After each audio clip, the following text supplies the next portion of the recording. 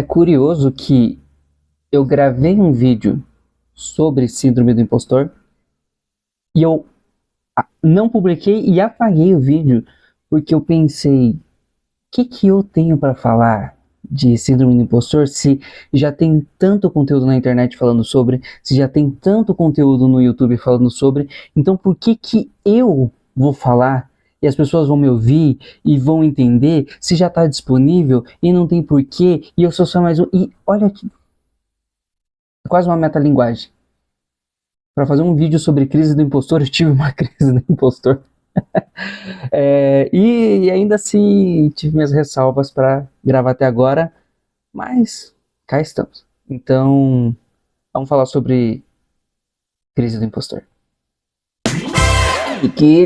Bem-vindos a mais esse vídeo. Se você ainda não me conhece, meu nome é Jesse, eu sou artista, há 10 anos eu trabalho com a produção de séries animadas, já trabalhei como animador, storyboarder, designer de personagem, atualmente sou supervisor de animação e sem falar na questão de projetos autorais que eu tenho, que são os meus projetos para que eu venha ser o diretor da minha série animada. Mas isso a gente conversa num outro vídeo.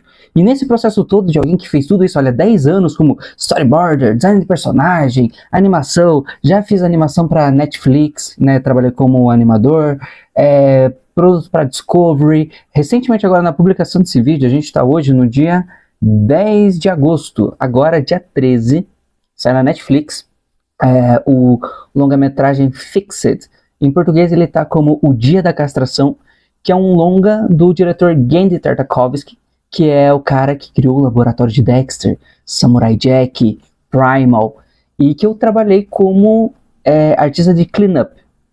Então, por um período ali, curto de tempo, mas eu consegui trabalhar como cleanup, né, fazendo a line art do que as pessoas estavam animando. Então, em algumas ceninhas, o trabalho de linha é meu. E para quem fez tudo isso, e muito mais ainda, 10 anos, né? Ainda bate uma crise de impostor. Sempre bate. É comum. Para você que... Não vou dizer, acho que você que não sabe, porque afinal de contas, se você caiu nesse vídeo, a tendência é que você estivesse procurando sobre. E se você simplesmente acompanha meu trabalho, então não sabe, vamos deixar bem claro aqui, rápido, para ser eficaz. Síndrome do impostor, como o próprio nome já diz, é quando você duvida de si mesmo. Você duvida que você é bom em qualquer coisa que você faça. E isso te trava, isso te faz mal, e em dado ponto, algumas pessoas isso pode fazer tão mal que pode levar a um quadro pior e quem sabe até algo mais depressivo. Por isso, um certo cuidado com essas coisas que a gente tem que ter. O que eu venho falar aqui é que, vamos colocar assim, acontece com todo mundo. Acho que é a primeira coisa que a gente precisa falar. Porque é comum, na crise do impostor, ela se dá por um comparativo. Você não tem crise do impostor de você consigo mesmo. Porque de você para você, você simplesmente é você. Qual é a métrica que você vai colocar para você que você não alcança, sendo que você é você? Você entende onde eu quero chegar? Você sendo você e olhando somente para si, tudo que você faz é bom. Não, mas eu quero ser o melhor de mim mesmo. Sim. Mas como é que você sabe que você é o melhor de você mesmo? Porque há uma comparação. Sempre externa. Eu quero ser mais magro, tal qual X. Quero ser mais forte, mais alto, mais ágil, um melhor artista, melhor em... O que é que você quer fazer? Você quer ser melhor em conta, ser melhor em tabuada, não importa. Isso sempre vem de um comparativo. Porque sempre os nossos exemplos são grandiosos, afinal de contas é por isso que eles são exemplos, porque em sua maioria se destacaram na multidão. E eu nem vou entrar num ponto que é claro que assim, durante épocas, tá, vamos pegando assim qualquer grande feito do passado, qualquer pessoa que se admira. Vou dar um exemplo meu. Como eu trabalho com desenho animado, como eu gosto de cartoon, os Looney Tunes são o ápice pra mim, é uma coisa que eu gosto muito. Dentro as pessoas que criaram os Looney Tunes tinha, por exemplo, Chuck Jones, que é um dos mais conhecidos. Chuck Jones criou Coyote Papaléguas, trabalhou com todos os outros Looney Tunes e tal. Não vamos se aprofundar nisso. Mas um cara que eu gosto, que ele também foi grandioso, mas ele não tá num senso comum, tal qual o Chuck Jones, é o Tex Avery. Foi o cara que criou o Lobo na MGM, que foi inspiração depois pro filme do Máscara, trabalhou com os Looney Tunes, criou o Patolino. O cara tava lá no início. O Patolino foi o segundo Looney Tunes. O primeiro foi o Gaguinho. Depois veio o Patolino, que foi uma criação do Tex Avery. E ainda assim, quantos mais que fizeram trabalhos grandiosos dessa época que a gente nem sabe, que foram engolidos pela história. É como aquela frase que diz que quem conta a história foram as pessoas que venceram as batalhas, né? Então não tem como a gente saber todas as versões. Mas o que eu quero dizer com isso é que quando você olha para qualquer pessoa que te admira não, que é uma admiração para você, essa pessoa teve um destaque. E ela parece imaculada, parece que ela não tem defeito, que ela é maravilhosa, que ela não passa perrengue como a gente passa no dia a dia. Só que isso não é verdade. Porque é um ser humano que sofre das mesmas coisas. O próprio Tex Avery, ele, ao longo da carreira, ele foi definhando, ele foi um cara que mudou a maneira como a animação era feita, em questão de apresentação, de piada, de quebrar a quarta parede, de fazer com os seus desenhos tinham consciência de que eram desenhos e falavam com o espectador. É aquelas clássicas plaquinhas levantadas de curioso, não? Isso é engraçado, não? Perigoso, não? Então, uma coisa que ele fez que fazia com que o desenho entendesse que ele era um desenho, que ele quebrava as leis da física, e com o passar do tempo ele saiu da Warner, como eu falei, ele começou trabalhando na Walter Lantz, que era do criador do Pica-Pau, passou pela Warner, MGM, e quando ele sai da MGM, ele teve uma carreira conturbada no final, teve problemas familiares, porque o filho dele, se não me falha a memória, faleceu num acidente de carro, tá? Não vou lembrar bem, mas eu lembro que teve uma questão com a perca do filho, o alcoolismo, e no final da vida do Tex Avery, ele estava numa agência de publicidade, fazendo animação, e diz a história, se não me engano, no livro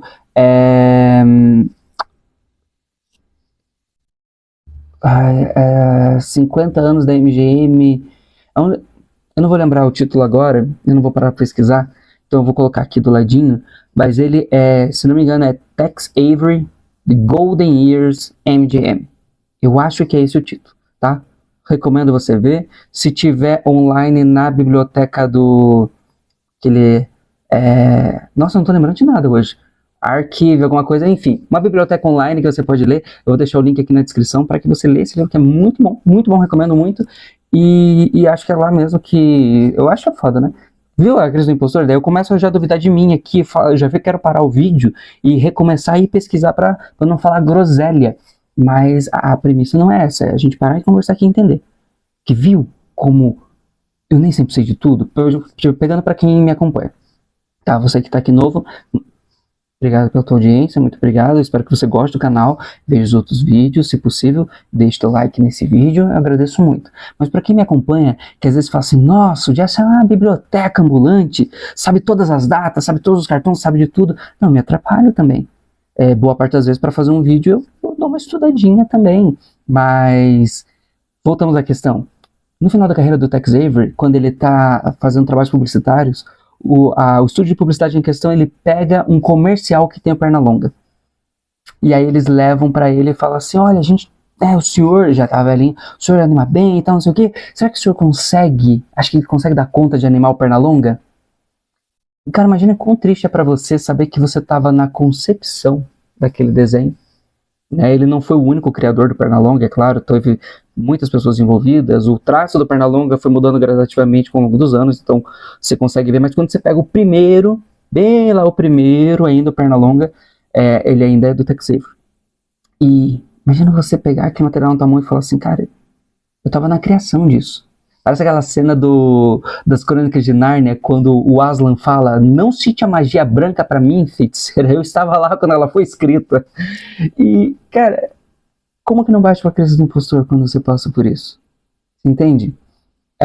O que eu quero dizer com isso, com esse vídeo, eu estou me enrolando porque eu fico levemente desconfortável com o assunto. Porque eu não gosto muito de, enfim, me agarrar a esses temas. Só que eu acho que é necessário falar sobre ele. Especialmente para você que majoritariamente que me acompanha aqui são artistas, são desenhistas. Como eu disse, esse título ele pode chamar pessoas que não são, mas quando a gente está mexendo especificamente com arte, dói muito esse comparativo porque é algo subjetivo, algo matemático, algo que é puramente calculado e mensurado, você consegue saber se você está bom ou não. Mas quando é algo como o desenho, é tão subjetivo a gente saber se a gente está bom. O que é essa perfeição que a gente busca? Qual é a técnica?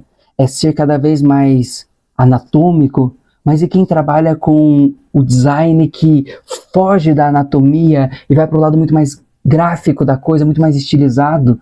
Então, peraí, então é ser mais estilizado que é bom? É tudo muito subjetivo.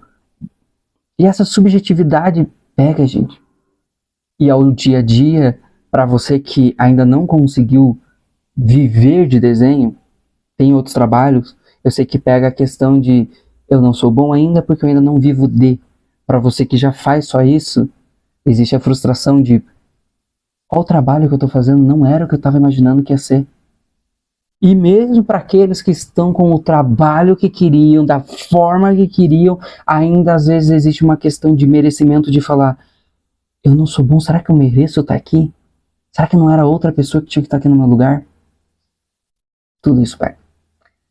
Caras, e o que eu digo para vocês aqui é que constantemente eu tenho crise do impostor. Então, para você que acha que às vezes eu tô sempre muito feliz, muito alegre, muito convicto de mim, não, é uma luta diária, tá?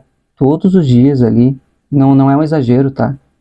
Talvez vamos, não sendo tão exagerado, não é todos os dias, mas toda semana, 2 dias por semana, 3, às vezes 5. Eu duvido de mim. Se tá bom o que eu faço, se é clara a mensagem que eu passo. Mas, como é que eu sano isso? Que eu acho que é o que interessa mesmo. Eu tento olhar pra mim. Parar de olhar um pouquinho pros outros. Porque sempre que eu vejo o trabalho de alguém que é grandioso, que são as pessoas que me inspiram, parece que eu tô tão longe delas. Às vezes dá um medo de não chegar perto daquele sucesso que a gente almeja. Só que aí é onde eu olho para o que eu tenho agora. Eu sou muito grato pelo que eu tenho. Porque é o que a gente consegue fazer, cara. Eu sei que é um assunto que ele é um tanto quanto piegas. Parece bobo de falar, torna a dizer, não queria gravar esse vídeo. Mas porque eu não gosto dessa levada que eu tô falando aqui, parece autoajuda. E eu não quero. Mas ao mesmo tempo eu quero, porque eu sei que às vezes tem gente que tá sofrendo sozinha. E que acha que o problema é com você. E não é. É de todo mundo. E mais ainda, a gente que vive no ápice de redes sociais, onde o comparativo é latente, é instantâneo, a todo instante. Você sai de uma rede para entrar numa outra, onde há comparativos, onde existem pessoas muito mais felizes, viajáveis, bronzeadas e não, a vida não é esse fragmento. A vida é outra coisa. É o que você vive, é os seus momentos. E que parte deles vão ser de dúvida de si. Agora, o que eu faço com as minhas dúvidas? Eu pego elas, enfio no meu... Não, brincadeira. Eu tento driblar elas. Se eu acho que eu não estou bom o suficiente, eu vou lá e vou tentar desenhar mais um pouquinho. Às vezes tem as outras coisas que eu estudo. Recentemente eu estou estudando roteiro para que eu possa, de novo, dentro das minhas produções, eu ter um calço maior na história, nas minhas histórias que eu acho que elas são fracas ainda. Então eu sempre me agarro em ler mais, em me comparar menos, em olhar para o que eu faço. E aí agora aqui, para quem ficou até aqui, muito obrigado. Essa é a pérola aqui do nosso negócio, aqui é a cereja do nosso bolo. E antes de eu entregá-la, peço humildemente que você deixe seu like, inscreva-se no canal e que a questão que eu acho que o único comparativo que você deve fazer é com você do passado. Não com o do futuro. Almejando o que você será, porque existe uma série de fatores que podem mudar e fazer as coisas saírem diferentes. Como eu falei, eu já teria gravado esse vídeo, já teria lançado. mas apaguei. E agora, então, as coisas do futuro a gente não sabe. Inclusive, para você que está aqui, eu recomendo que você veja o vídeo que eu falo sobre o livro O Andar do Bêbado, que fala de situações, de casualidades que mudam o nosso planejamento, mas que a insistência para que é o que faz as coisas fluírem. Então é bem legal, eu recomendo que você veja esse vídeo. Mas a questão é que quando você se compara para o passado, e aí a importância do sketchbook, de guardar desenhos, de fotografias, memórias. Porque uma coisa que eu sempre digo, tá? Sempre falo isso aqui. Quando você não sabe para onde ir, pare e veja de onde você veio. Então, quando você olha para trás, eu, no meu caso, eu vejo um cara que demorou para trabalhar com desenho, que se esforçou, que às vezes eu acho que podia estar melhor. Às vezes eu acho que deveria ter estudado mais inglês e não ter negligenciado como eu fiz. Que eu estaria muito maior, que eu teria uma carreira muito mais, não vou dizer brilhante, porque seria prepotente, mas melhor do que a que tá. Mas eu gosto da que eu tenho. Não estou infeliz com ela. Mas eu acho que eu podia ser melhor. Mas eu gosto do que eu tenho. Só quando eu vejo que talvez alguns passos que eu não tivesse dado, eu podia não estar trabalhando com desenho. E eu tinha empregos comuns, como por exemplo o último, antes de eu trabalhar com desenho, eu trabalhava numa cooperativa agrícola na pesagem de caminhões. Esse era o meu dia, pesar caminhões que entravam para deixar soja e milho. Então, quando eu olho para trás, especialmente para os meus desenhos, é onde eu consigo ver a evolução que eu tive. Quando eu olho lá para desenhos antigos, de bem antes eu conseguir trabalhar com desenho, eu vejo o sonho que eu tinha e como que eu realizo ele hoje. Às vezes assistindo programas que eu via quando eu era criança. Então, assim, é muito daquela coisa de talvez as coisas não estejam boas, mas de repente se você lembrar de como elas eram, do que te fez chegar até aqui, te deu um ânimo para você conseguir ir para frente. Enfim, como eu falei, é um vídeo conturbado na minha cabeça para falar. Parece um assunto que ele não se termina e eu não quero terminar com um tom meio para baixo. Então acho que eu finalizaria com isso. Se for para se comparar, compare-se com você. Tenha suas figuras para se inspirar. Isso é importantíssimo, tá? Olhe para elas, para os artistas que você gosta, para as pessoas próximas a você que te cativam, que são ícones de sucesso para você. Tenha, porque você precisa de uma direção, né? No Alice no País das Maravilhas, quando ela chega no Mundo das Maravilhas, ela fala com o gato. Tem duas estradas e ela diz: para onde vai essa estrada? Ele: para onde você quer ir? E a Alice fala: eu não sei. Ele falou: então tanto faz. Porque se você não sabe qual lugar que você quer ir, qualquer caminho vai dar em algum lugar. Por isso que é importante você ter um referencial, seja de profissão, seja de pessoa, qualquer coisa, para que você saiba para onde você quer ir. Mas que isso não seja um comparativo para você, você tem o seu caminho. Olhe para você do passado, para você ver quanto você evoluiu. Parece pouco às vezes, mas é muito. E tudo no seu tempo, certo? Então, acho que ficamos por aqui. Obrigado por você ter visto esse vídeo até aqui. Se você viu, se você chegou até o final, por favor, deixe um comentário aqui para eu saber que você chegou até o final. Agradeço muito por você ter visto. Um abraço e até o próximo vídeo. E cheque os links da descrição. Tem curso de desenho. Use o cupom HeyKids no curso do William Soares. Se você for comprar algum produto da Amazon, compre pelo meu link, me ajude. Certo? Obrigadão. Abração para vocês e até a próxima.